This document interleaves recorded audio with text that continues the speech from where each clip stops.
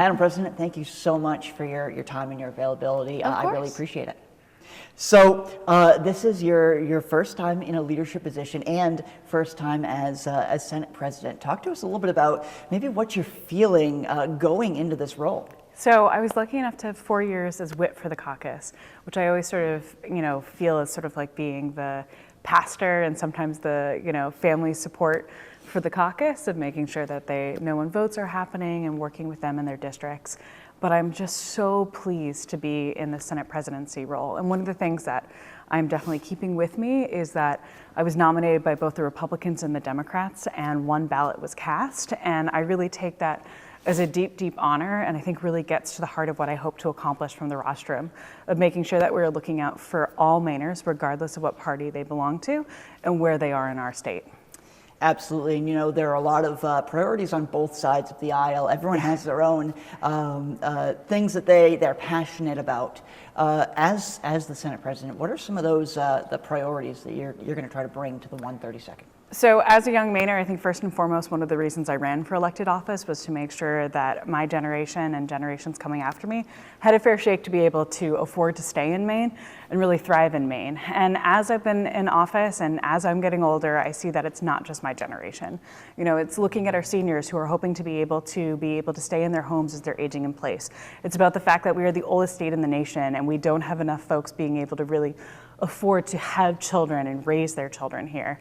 And it's about making sure that we have access to quality housing, that we have access to affordable education, and that your outcomes are not determined by your zip code. You should be able to be anywhere in our incredible, magical state and really have the best chance to, succeed. Absolutely, and one of the top priorities for the first legislative session is obviously to pass the budget. We saw Governor Mills unveil her budget on Friday that had a number of different cuts to programs, especially programs that were not yet enacted but passed by yourself in the 131st. Yeah. Share some of your thoughts surrounding that budget and really how important the entire budget process is going to be. Absolutely. So we're definitely in a different economy and fiscal time than we were during the last legislative session. But first and foremost, when we're looking at the budget, no matter what year it is, we have to make sure that we are keeping our commitment to Mainers. And that means our commitment to healthcare, to education, and to making sure that our municipalities are able to really succeed. And most importantly, that we are looking out for property taxes and what it costs to be able to afford to live in our state. We're in a little bit of a tighter fiscal environment, but I think, it gives us a lot of opportunities to have meaningful conversations about what we need state government to be delivering for Mainers. I think we all have our checkbooks and our house budgets that we have to balance. What the state is going through is what everyone is going through at home, sitting around the dining room table to make sure that we are budgeting, to make sure we can meet our needs and that we are being fiscally smart. It's not just about being fiscally responsible. It's about being fiscally smart. We can't cut things off at the knees that might hurt us in the future, but we also have to make sure that we are being responsible to the taxpayers of Maine. Yeah, and this is very tight margins in both chambers. I think in the House it's just a couple of votes. Yes. How important? So you're going to have to really be working across the aisle. How important is it to really have that bipartisan effort to try to get things done? I think it's absolutely crucial. It's something that has been really important to me personally since I got into this building. And as I said, I am one of the few presiding officers that was nominated by both parties, so it was cast with a unanimous vote, and I take that charge very, very seriously. I think my colleagues know that I am fair and equitable, and that's one of the biggest things that as Senate President is creating that environment, that conditions that apply to one has to apply to another. And, I'm excited to be working with my counterpart, Trey Stewart, who's the minority leader. He and I we were actually seatmates in the Education Committee. And many of my colleagues around this chamber, we've been working together for years. And I always remind folks that despite what you see in the headlines, the majority of things that come through the Maine legislature are bipartisan. I'd say 80 to 90% come through these chambers with an agreement, with a compromise, and oftentimes are unanimous. And we all have the same common goal. We want to see the state survive and thrive and really be an incredible place that we know it is. We just don't necessarily agree on the roadmap. It's not that different than, say, your Thanksgiving, family table or any family conversation. It's about figuring out the best way to come together. Not everyone's always going to win, but we all have the same end goal. Madam President, one thing we saw in the 131st, especially when it came to the budget time, was Democrats passing the majority budget, adjourning, and then coming in for a special session. So that way, it didn't have the 2/3 majority requirement for that budget. Obviously, we're still early in the budget crafting process, but can you say with any effort that your goal is to try to get that 2/3 budget instead of a majority budget? I think I speak for the whole legislature and for the chief executive when I say that is always our goal, to be able to have that 2/3 budget.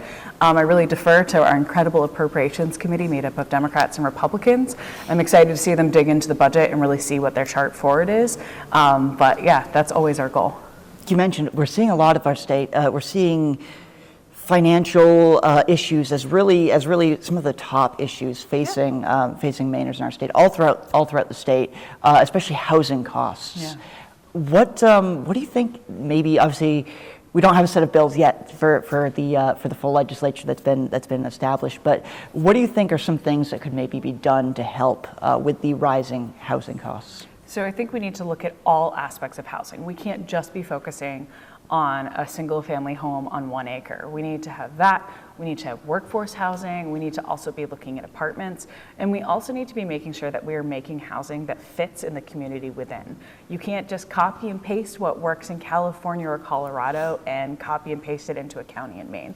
We need to be listening to the districts. And most importantly, we need to be listening to the people that are struggling to be able to get this type of housing and really making the housing that works for them.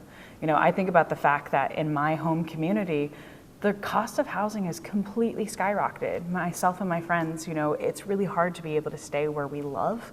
And it's a whole host of factors. The fact that we have increased demand, we do not have enough housing stock. We also don't have enough people to be able to do the construction. As someone who, you know, grew up, you know, on job sites and have friends who are still working in that field, I know how crucial it is to make sure that we have that workforce. So I'm really sort of challenging, you know, also with a big soft spot, challenging my colleagues to think about making sure that people are looking at the trades and that the trades are available to everyone, whether you're, you know, a woman or a man. It's a great career. And so when you have all of that combined with an aging state, you sort of get this really tough environment that we're existing in right now. Yeah, absolutely.